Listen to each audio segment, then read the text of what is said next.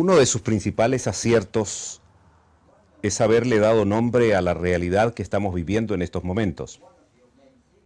De un mundo sólido de seguridades y certezas, hemos pasado a un mundo que usted llama líquido. ¿Estamos condenados a vivir de la inseguridad, de la fragilidad, de lo momentáneo, de lo transitorio? Sí, por eso hablo de liquidez, porque sustancias líquidas son aquellas que tienen dificultades para conservar su forma. Se requiere mucha presión, mucha fuerza para mantenerlas compactas, como murallas de concreto. De lo contrario, cambiarían su forma bajo la influencia de fuerzas muy disímiles.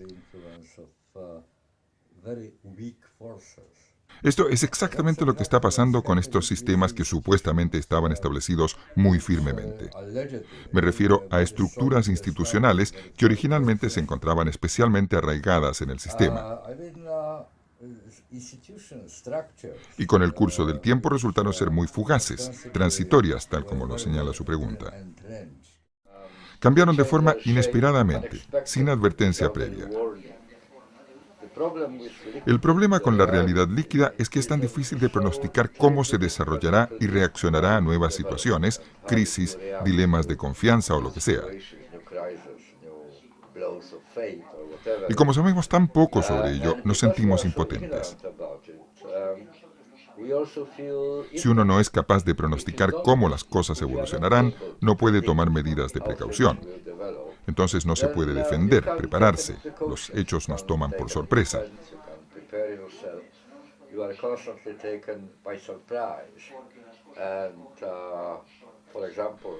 Por ejemplo, en este mismo momento en el que estamos hablando, las personas más importantes, más influyentes en el mundo, están luchando con la idea de cómo reaccionar a algo que pasó inesperadamente, la crisis crediticia.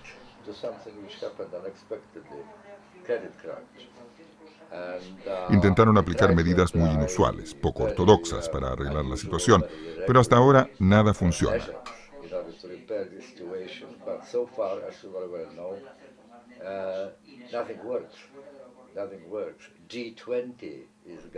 El G20 se reúne en Inglaterra para hablar del tema, pero la gente que vino estaba muy dividida. No existe una idea unánime para arreglar la catástrofe que nos ha alcanzado.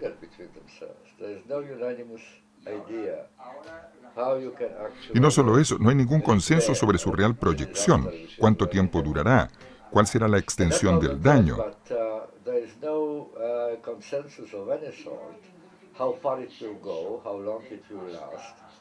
En Estados Unidos, en América Latina, en España, Gran Bretaña, Alemania, Francia. Cosas insospechadas acontecen en todas partes. Y para colmo de la ignorancia tenemos el irritante elemento de ser impotentes, de sentir que podemos hacer muy poco o nada. Es una presentación muy dramática de algo que está profundamente arraigado en nuestra manera de vivir la vida de hoy en día. Por eso se llama la modernidad líquida. Es como si todo estuviera patas arriba comparado con la situación de hace 150 o 200 años, tiempo de la modernidad sólida, cuando todo parecía más duradero, más perdurable, mucho más sólido. Ahora, gente de 30, 40 años no tiene ni idea lo que va a pasar con ella cuando tengan 60 o 70 años. La planificación del futuro desafía nuestros hábitos y costumbres, las capacidades que aprendimos para superar los escollos del camino.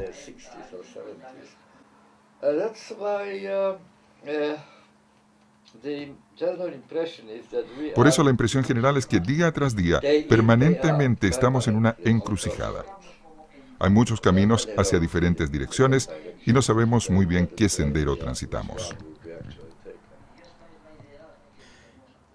Si el mundo está regido por un individualismo exacerbado, ello sería una de las mejores demostraciones que existe una suerte de claudicación de lo que llamamos sociedad. No obstante, aquí y allá surgen movimientos sociales, protestas juveniles, comités de la más variada naturaleza. En las pancartas se puede leer "Juntos podemos", "Otro mundo es posible". Y ello naturalmente en mayor medida en los países pobres.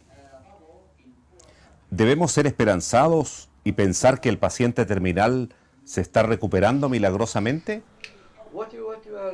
Lo que usted indica es muy importante.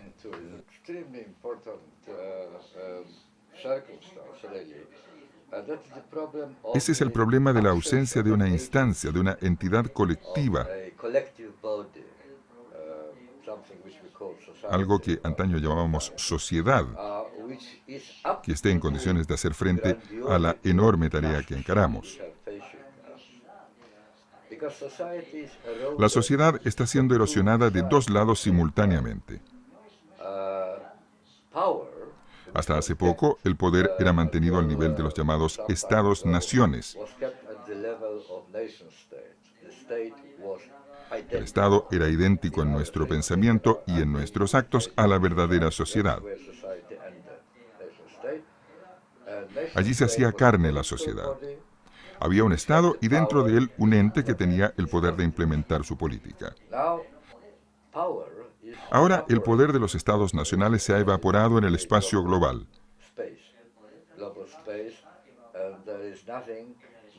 En la globalización no hay nada que recuerde ni siquiera vagamente a un tipo de ente como el gobierno de un Estado nacional soberano.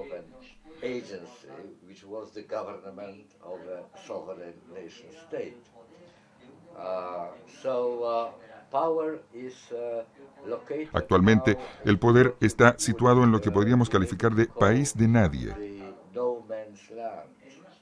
No hay reglas, no hay leyes globales, tribunales globales, un parlamento global, ninguna representación de la voluntad del conjunto de los seres humanos. No hay instituciones globales democráticas, nada.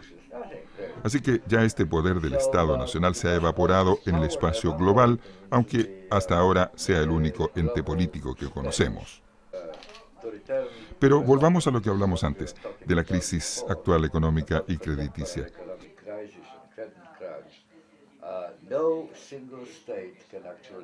Ningún Estado es capaz de resolver el problema porque es un dilema global. El poder es global, pero la política es local. Es decir, que hay una discrepancia entre los dos.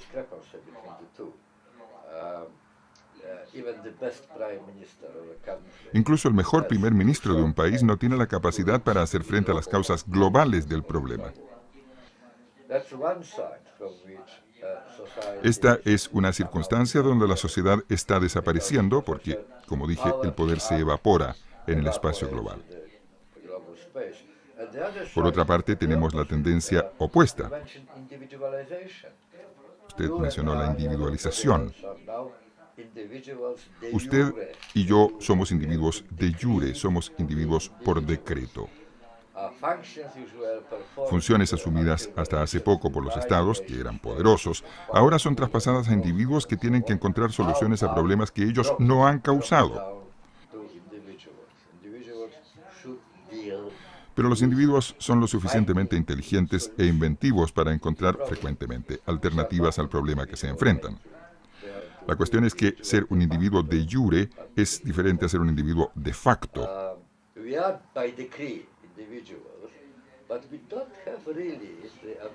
Somos individuos por decreto, pero no tenemos realmente la capacidad, los recursos que nos permitirían reemplazar la colectividad, la sociedad, el Estado nacional, para hacer frente a los múltiples desafíos.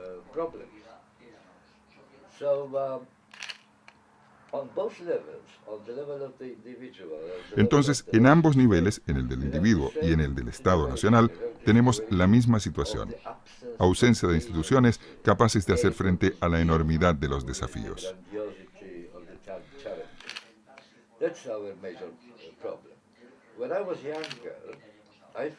Cuando era joven pensé que la humanidad era todopoderosa.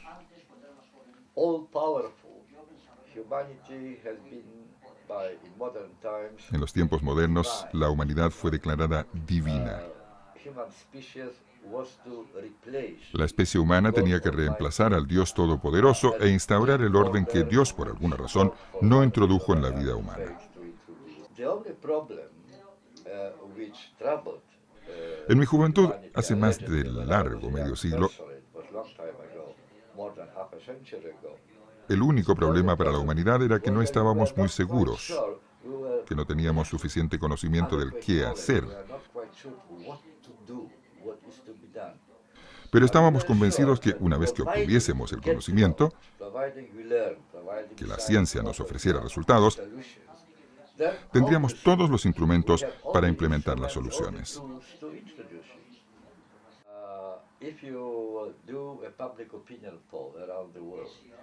Creo que si efectuáramos hoy un sondeo en el mundo entero y preguntáramos a la gente qué es lo que hay que hacer para salvar a la humanidad,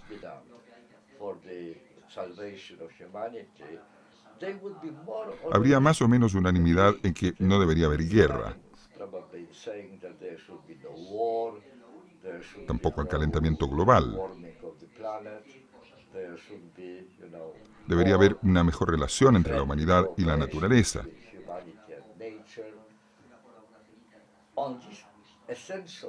Hay un consenso general sobre estos valores esenciales. Sin embargo, el problema hoy día es quién hace la tarea. Los estados son demasiado débiles.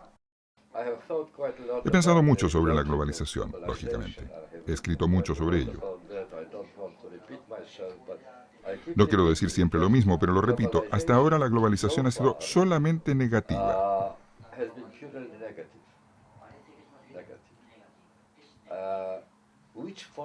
¿Cuáles son las fuerzas que globalizan? El capital, las finanzas, el comercio, la información, la criminalidad, las mafias, el narcotráfico, el tráfico de armas. Todas estas fuerzas que minaron las instituciones colectivas de acción. Todas estas fuerzas tratan con mucho desdén las soberanías locales. No reconocen las leyes nacionales. Odian las limitaciones que los códigos legales locales les imponen.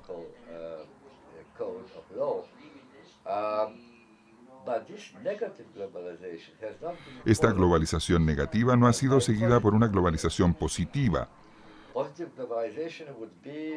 Una globalización positiva sería construir en el espacio global un equivalente, no copias. Tiene que ser diferente a lo que tenemos actualmente. Por lo que nuestros antecesores, padres, abuelos, bisabuelos lucharon.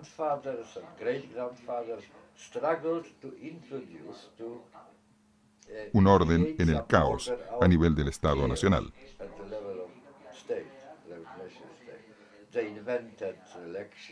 Ellos inventaron elecciones, instituciones democráticas, partidos políticos, gobiernos, tribunales independientes.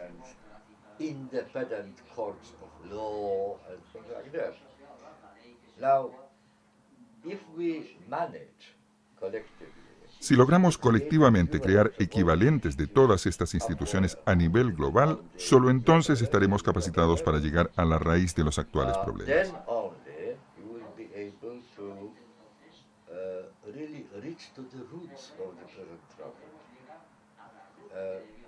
Hay que recuperar el poder de hacer cosas, implementar acciones que la gente quiere que se hagan, para las que no tienen instrumentos, capacidad, recursos para ponerlas en práctica.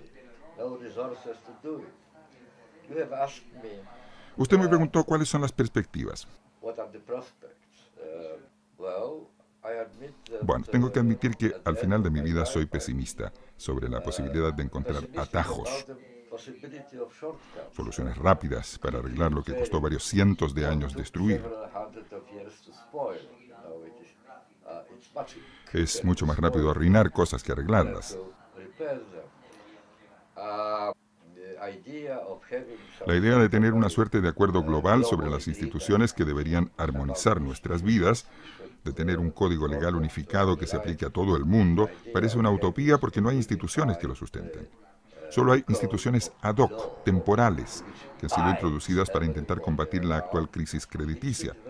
Pero no tenemos un camino claro para una posible acción consensuada colectiva a nivel de las grandes reivindicaciones. Será una travesía larga, y la gran pregunta es ¿cuántas víctimas, cuánto daño, cuántos heridos habrá hasta que realmente entremos en acción?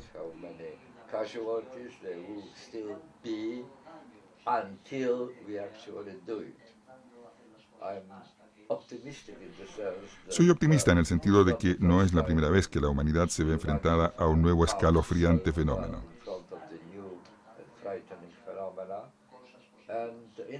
En el pasado, nuestros antecesores lograron encontrar inéditos ajustes, nuevas formas de vida, adecuadas para hacer frente al problema que encontraron.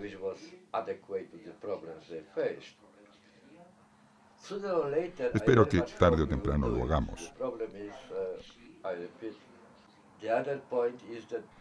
El otro problema es que no creo que tengamos una idea muy clara de cuál debe ser la forma de la reparación, la restauración.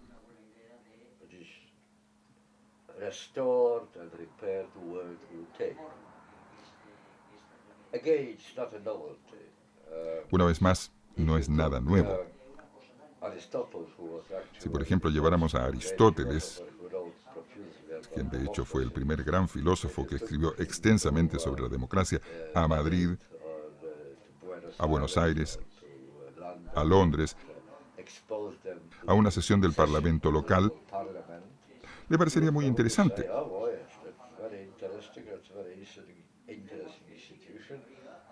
Nos felicitaría por haber creado algo muy prometedor. Pero si le contáramos que eso es democracia, estaría estupefacto. Para él, la democracia era gente que se reunía en el mercado local, que debatía y al final votaba allí mismo por la resolución que una mayoría aprobaba. La idea de la democracia representativa para él era algo totalmente distinto.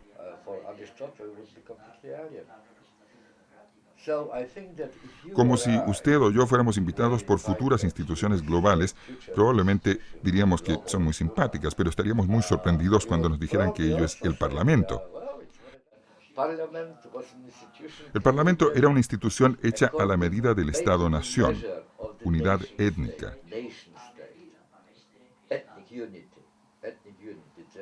Suponiendo que todos éramos iguales, que teníamos el mismo pasado, el mismo futuro, la misma suerte, que estábamos todos en el mismo barco. Partir de esta concepción al ámbito de la humanidad en su totalidad, saltar de aquí hacia allá, todo eso es muy difícil. Por eso no creo que resolvamos muy pronto el problema. Pero estoy bastante seguro que en este siglo estaremos luchando, intentando por todos los medios, pensando, discutiendo sobre un tema, cómo restablecer el equilibrio entre política y poder. Porque ahora la política es local y el poder es global. Y finalmente estamos todos expuestos a estas mareas de la modernidad líquida. Es como si un tsunami tras otro nos alcanzara. No sabemos de dónde vienen, así que creo que la restauración del equilibrio entre la política y el poder es el dilema más acuciante de la agenda.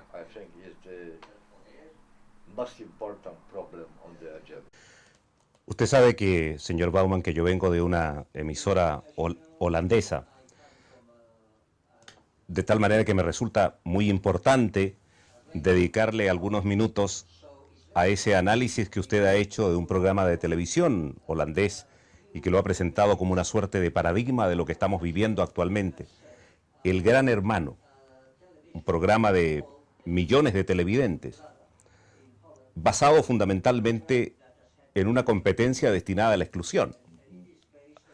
Alguien va a ganar al final y todos los demás pierden, van a ser borrados de la existencia televisiva, y está basado pues en una guerra a vida y muerte, a coaliciones transitorias y a traiciones muy rápidas. Y el que pierde es por su propia culpa, por no haber sido lo suficientemente mentiroso o lo suficientemente espectacular para convencer a los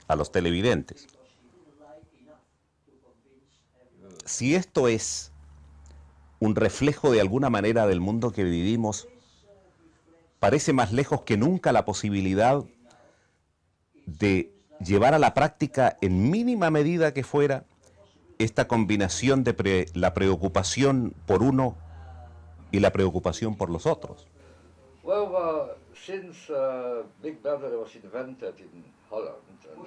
Desde la invención del Gran Hermano en Holanda y vendido a las compañías internacionales, la descripción al comienzo era diferente.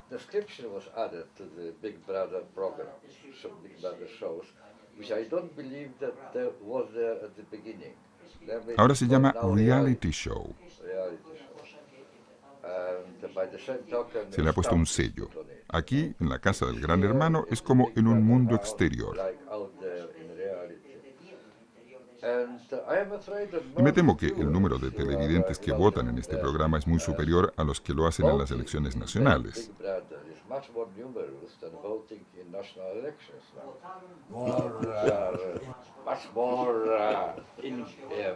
Espiritualmente, la gente está mucho más comprometida con lo que pasa en la casa que en las luchas y disputas entre los políticos de alto nivel.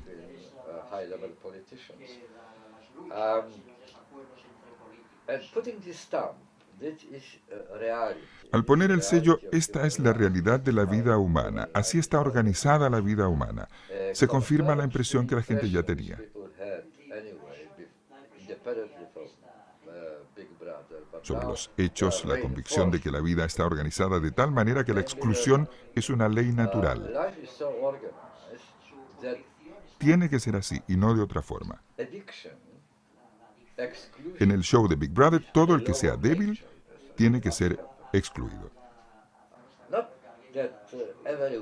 No es que toda persona débil fracase, pero es una ley de la existencia, la regla de la casa, que una persona tiene que irse.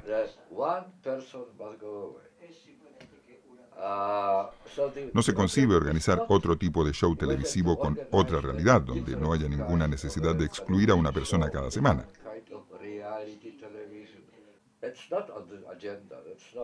No forma parte de la agenda. Simplemente no se discute el principio de la exclusión. Lo único que queda es asegurarse que no eres tú quien será excluido por otra persona.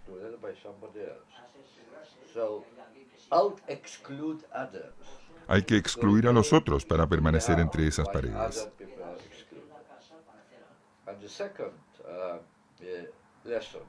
La segunda lección del show de Big Brother y otros espectáculos similares es que juntar fuerzas, actuar conjuntamente, crear equipos, comunidades, es temporalmente útil.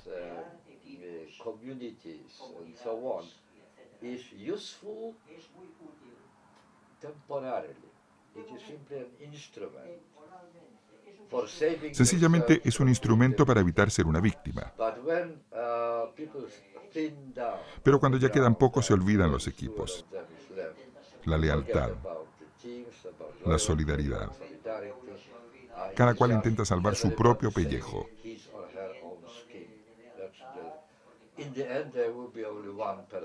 Finalmente solo habrá una persona que prevalezca. Todos los demás serán víctimas.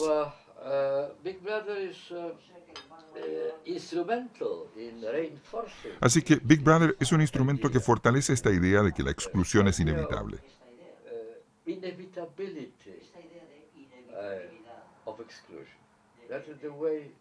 Así están organizadas las cosas. No hay lugar para todos.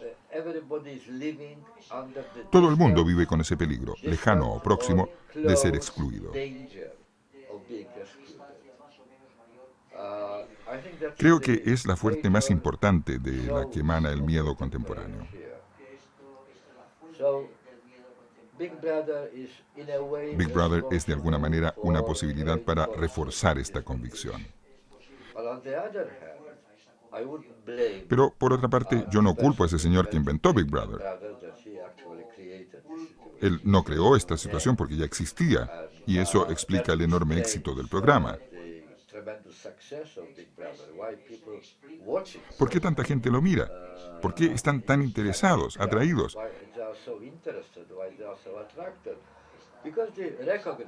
Porque en lo que pasa allí reconocen una situación representativa de su experiencia en el trabajo.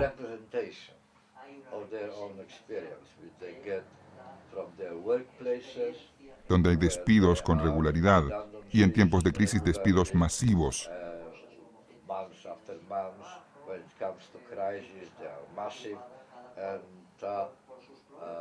En el pasado la gente reaccionaba uniendo fuerzas, resistiéndose, haciendo huelgas, luchando, levantando barricadas. Ahora la preocupación es si la actual ola de despidos no me afecta. Yo me quedo, otros se van.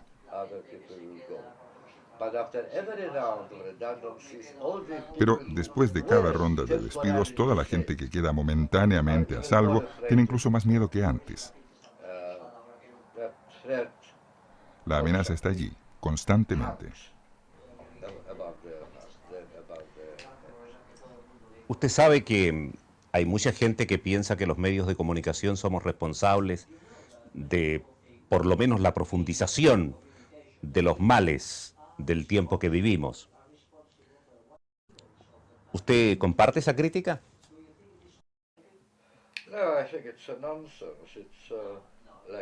No, creo que es una tontería.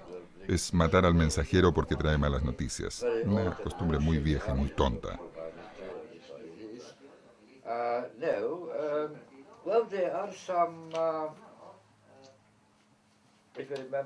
Recordemos Marcel McLuhan, quien habló de los medios internacionales. Hay algunas facetas de los actuales medios de comunicación masiva, no deliberadamente, sino simplemente debido a los logros técnicos de la televisión, que lo que hacen es dar una imagen del mundo actual que es muy especial.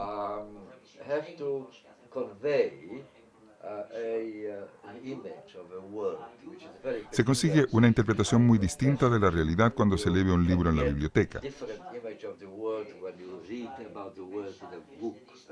Rodeado por estudios históricos, se aprende sobre el mundo de una manera muy diferente que cuando uno está expuesto a las noticias de la televisión.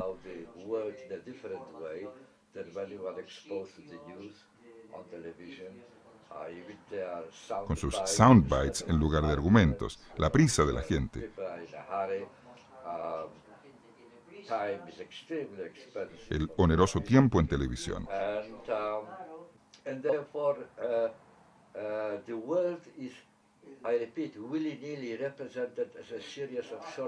Y en consecuencia, el mundo es representado como una serie de episodios breves. Un periodista francés dijo que si Émile Zola, quien escribió el famoso artículo J'accuse, yo acuso, un artículo muy largo, lleno de argumentos muy poderosos en el caso Dreyfus,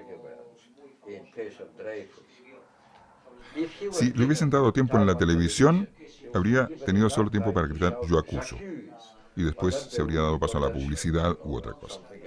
No habría dispuesto de tiempo para defender el caso. Es un ejemplo. La estrategia es pasar rápidamente de un tema a otro. Hay 25 minutos de noticias, pero con 25 temas distintos.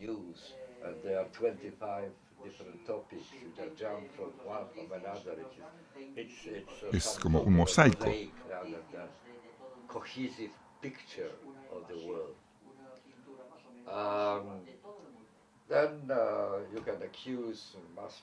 Se podría acusar a los medios de comunicación masiva por crear personalidades, caras familiares en lugar de autoridades.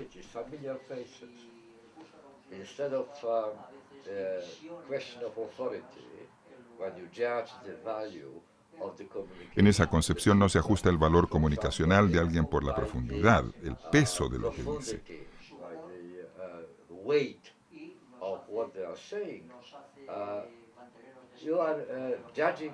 Se juzga la información por la personalidad que la esboza. Es el sistema de celebridades, caras familiares. Estamos acostumbrados a verlas en una hora determinada, las escuchamos.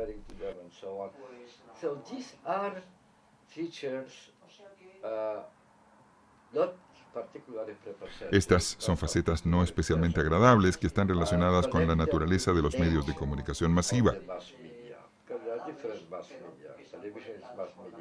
Televisión, radio, pero también la biblioteca, los diarios, cada uno de sus medios de comunicación tienen sus particularidades. Ninguno de ellos está completamente libre de vicios. Todos tienen lados positivos y negativos. Pero sería estúpido acusarles que ellos están creando los aspectos negativos de los que nos quejamos en este mundo.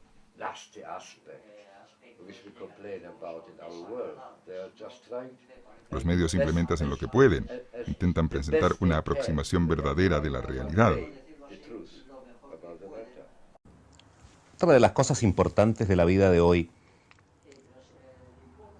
esta falta de compromiso, este deseo de la gente de disfrutar de los aspectos lúdicos, hermosos de cada realidad y eludir aquellos que tengan que ver con la responsabilidad y con el compromiso. Le quiero contar un ejemplo que no aparece en sus libros, pero que hoy, viniendo a Leeds, me lo encontré casualmente en un diario español. Dicen que hay una cárcel en Rusia que se está empleando turísticamente. Entonces los turistas reciben un traje de presidiario de los tiempos de Stalin y tienen derecho, por un precio módico de 100 euros, a pasar un día en condición de perseguido por el régimen de Stalin. Incluso pueden trabajar en los talleres donde trabajaban estos reprimidos y recibir el mismo rancho que tenía esta gente. Y ha tenido un éxito tremendo porque la gente sale feliz de allí. ¿Por qué hemos llegado a esto? El arrancarnos del compromiso, el solo querer la parte bonita de la historia.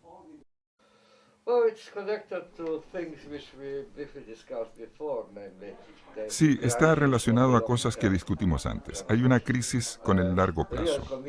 El verdadero compromiso requiere pensar a largo plazo. Le daré un ejemplo, no de Rusia, sino de Estados Unidos. Henry Ford, el héroe, la encarnación de lo mejor de la energía humana,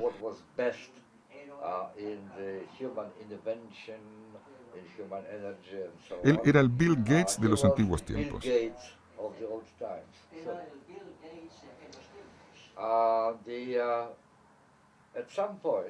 En algún momento, cuando Henry Ford envejeció, duplicó los sueldos de sus trabajadores.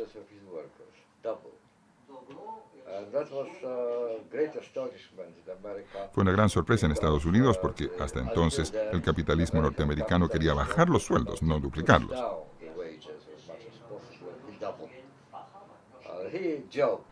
Fue un hombre con buen sentido del humor y dijo que lo hizo porque quería que sus trabajadores pudiesen comprar sus coches. Naturalmente no era una explicación porque no se sabía cuántos coches podrían comprar o si duplicando los salarios aumentaría el costo de producción de los coches.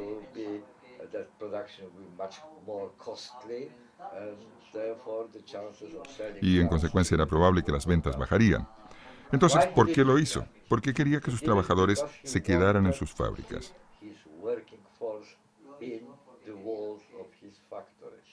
No quería perderlos por culpa de la competencia. El problema era que en aquel momento él dependía de sus trabajadores de igual medida en que sus trabajadores dependían de él.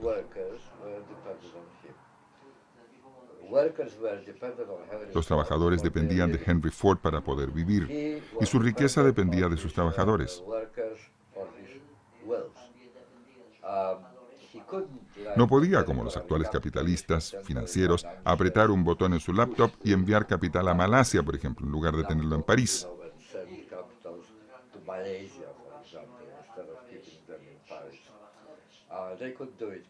Ahora lo pueden hacer fácilmente. Ya no dependen de los asalariados.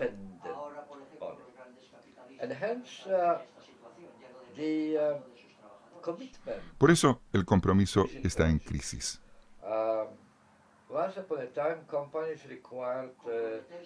En el pasado, las empresas pedían una lealtad de por vida de sus trabajadores.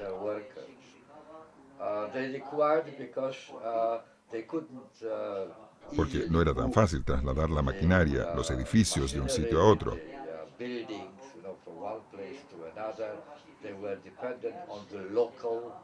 Dependían de la mano de obra local que estaba disponible en ese sitio preciso. Y por eso, una vez que estaban entrenados, disciplinados, querían mantener a sus trabajadores cuanto más tiempo posible en el mismo lugar.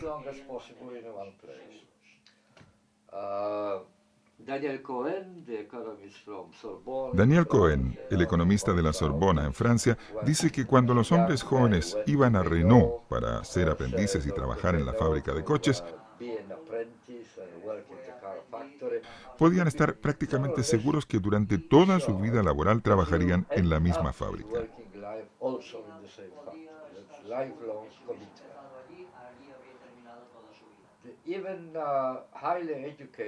Hoy día incluso jóvenes brillantes con estudios superiores que van a trabajar en Silicon Valley en Estados Unidos. La utopía de todo joven ambicioso reciben enormes sueldos, pero no tienen idea qué pasará con ellos en 2 o 3 meses.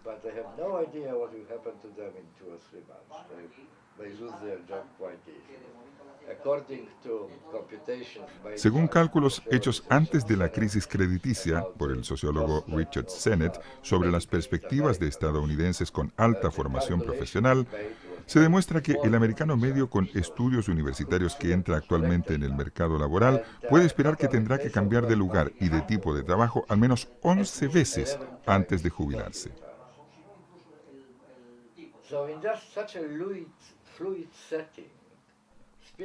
En un entorno tan fluido, hablar de compromiso a largo plazo no parece natural.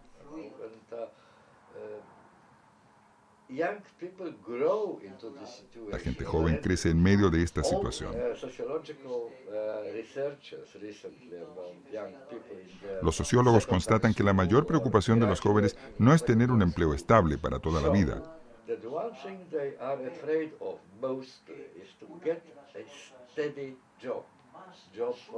No lo quieren, ansían experimentar, no quieren dejar de lado ninguna posibilidad. Quieren mantener abiertas todas las alternativas. Me acuerdo especialmente de una niña de 19 años a quien se le preguntaba cuáles eran sus planes de vida.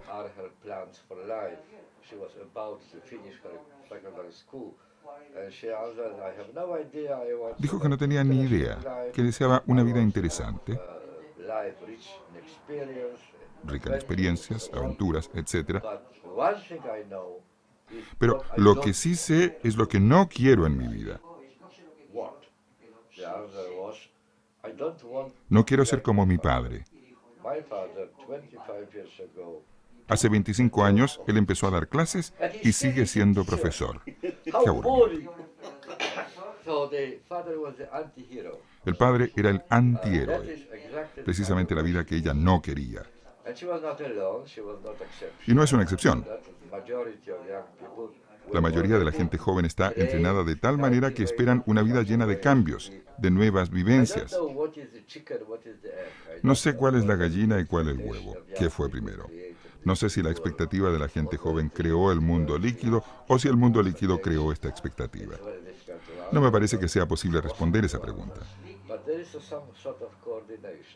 Pero hay una suerte de coordinación, resonancia entre las cosas líquidas que finalmente desemboca en lo que usted señaló, la crisis del compromiso.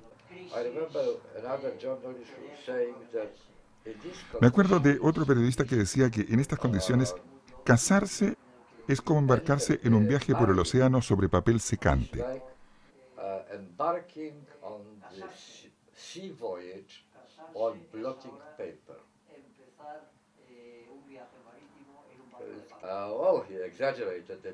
Estaba exagerando, pero solo un poco. Una frase suya muy significativa. No hay solución local para problemas globales. Uno de los problemas globales más importantes de este momento es naturalmente la crisis económica que usted ha mencionado a través de esta conversación. ¿No tiene usted la impresión que se están poniendo parches al problema ¿Y no se está resolviendo el problema de forma global? Yes, well, I don't see any attempt yet, serious attempt. Todavía no veo ningún intento serio para elaborar una solución global a la actual crisis económica. I see, on the contrary, tendencies. Por el contrario, veo tendencias para hacer resurgir algo que parecía haber terminado cuando llegó la globalización, el proteccionismo local.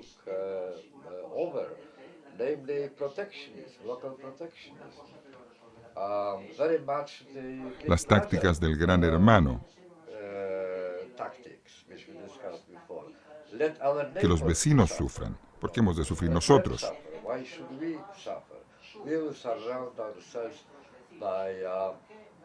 Nosotros nos protegemos con un sistema de impuestos que debería salvaguardar nuestra economía de esta crisis global.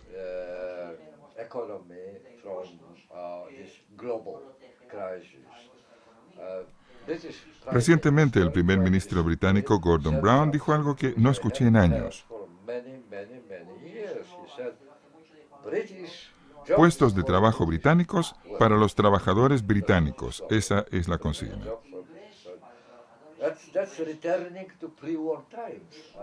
Volvemos a la época anterior a la guerra. 20 países acudieron a la conferencia de Londres. 17 ya han introducido medidas proteccionistas. Y llegaron a Londres para discutir medidas conjuntas aplicables a todos los países. No tengo ni idea cómo lo harán.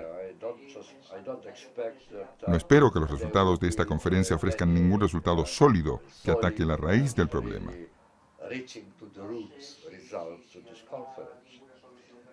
Atacar la raíz, eso es lo más importante. ¿Cuál es la reacción común a la crisis? Invertir enormes sumas de dinero. Hasta la crisis crediticia no había oído a ningún político utilizar la palabra trillón.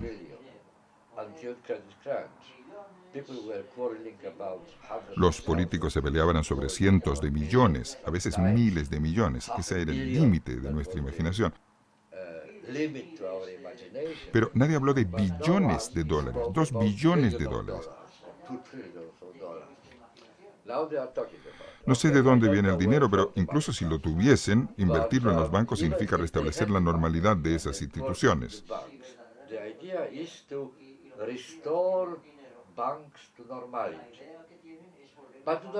Pero si la normalidad es la razón de la crisis, ¿por qué deberían gastar billones de dólares para volver a esa terrible normalidad que precisamente ha creado el caos?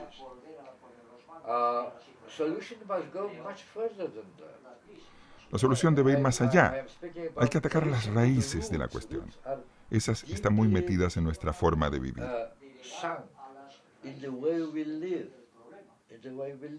Necesitamos una suerte de revolución cultural. Nos han educado con la idea de disfrute ahora, pague después.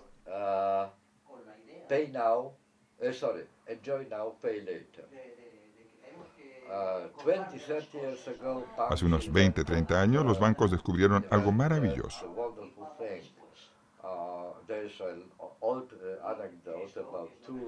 Hay una anécdota sobre eso.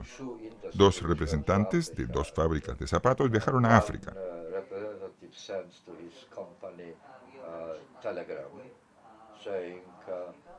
Uno de ellos envió un telegrama a su empresa diciendo: no envíen zapatos, todo el mundo anda descalzo.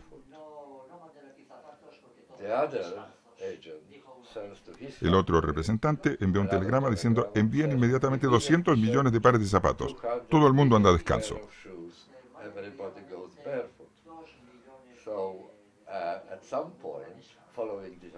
En otras palabras, los bancos descubrieron que la gran mayoría de la gente no pedía dinero.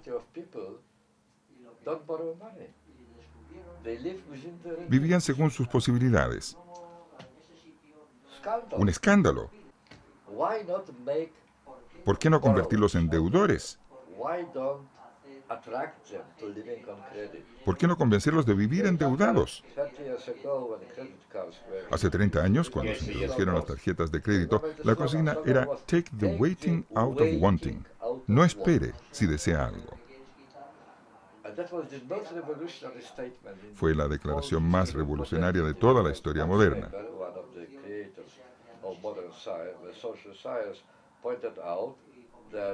Max Weber, uno de los fundadores de la sociología moderna, dijo que la actual sociedad capitalista está basada en la ética protestante, que consiste en la postergación de esa invitación. No espere si desea algo.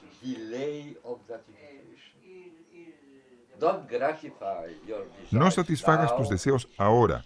Espera, trabaja duro, ahorra dinero.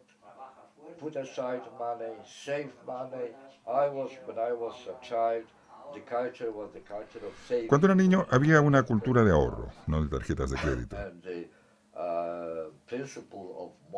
Y el principio elemental de una vida decente era hacerlo dentro de tus posibilidades. Ahora las tarjetas de crédito crean posibilidades. Disfrute ahora, no espere, pagará después. Pagará después en pequeñas cantidades.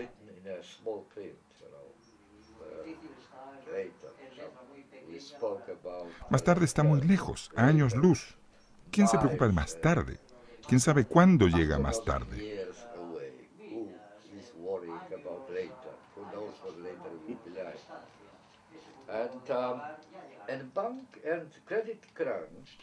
La crisis bancaria y crediticia no es el resultado del fracaso de los bancos, todo lo contrario, es el resultado de su enorme éxito. Lograron transformar la mayoría de la humanidad en prestatarios.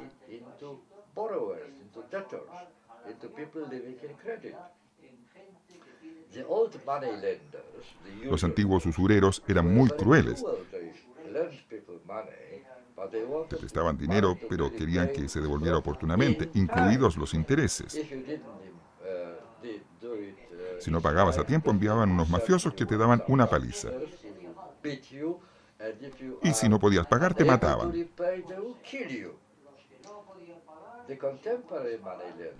Los usureros modernos no quieren que devuelvas el dinero, porque si lo devuelves, ellos ya no reciben intereses y ya no tienen ingresos.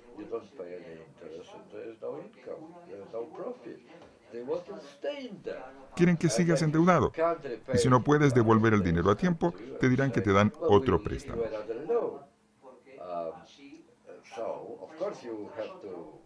Naturalmente, en el futuro tendrás que devolver más dinero. Pero en esos momentos pagas tus viejas deudas y encima tendrás unos cientos de dólares para gastar en tus vacaciones.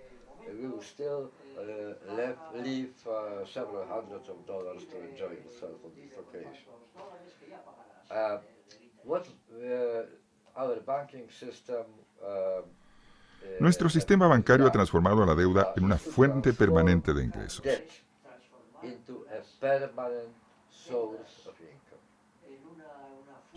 La idea era muy sencilla, como con esas hipotecas basura en Estados Unidos.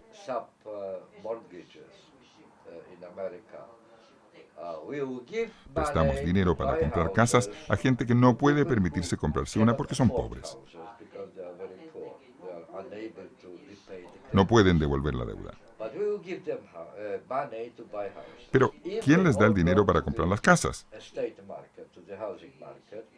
Si todos van al mercado inmobiliario, la demanda de casas aumentará y el precio subirá. A pesar de que sean insolventes, que no pueden pagar la deuda, el precio creciente de las casas servirá de garante.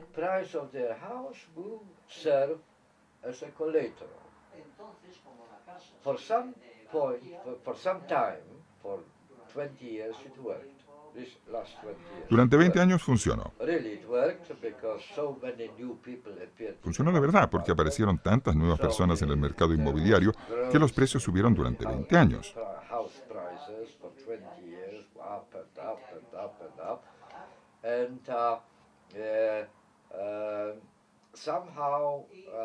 De alguna manera, este sistema, basado en un fundamento muy frágil, sobrevivió.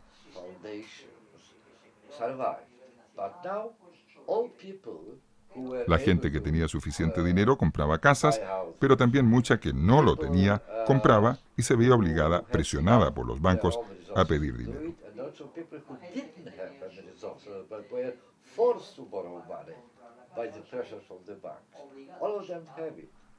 Todos lo han hecho. Se alcanzó el límite y de repente el colapso total. En Estados Unidos, probablemente la mayoría de la gente vive en casas cuyo valor es inferior al dinero que solicitaron para comprar las casas.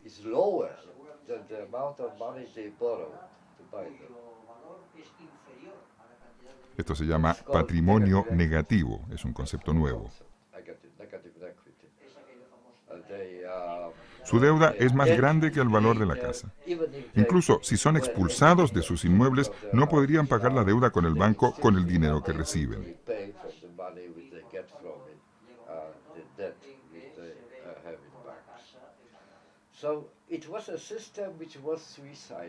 Es un sistema suicida. Utilizo la metáfora de la serpiente que se come su propia cola.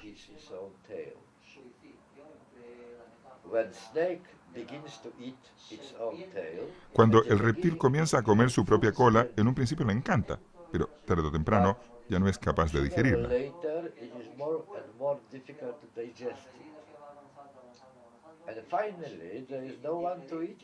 Y finalmente ya ni es capaz de comerla. Eso es exactamente lo que está pasando con el sistema bancario y el de tarjetas de crédito.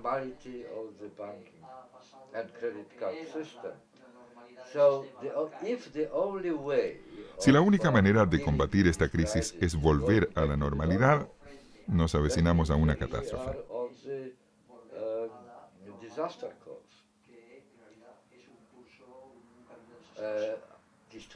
Estos últimos 20, 30 años que hemos vivido de préstamos han creado una generación que está entrenada para vivir endeudada.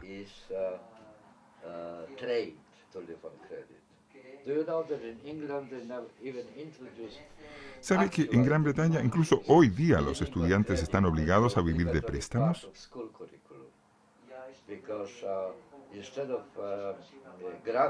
En lugar de becas, se le proporciona créditos a los alumnos de la enseñanza superior. Se supone que los devuelvan después de finalizar los estudios. Esto significa que están obligados durante sus estudios a vivir endeudados.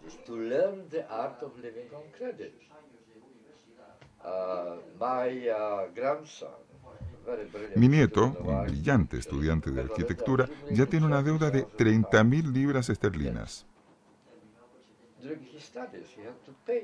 Él estudió y tiene que pagarla.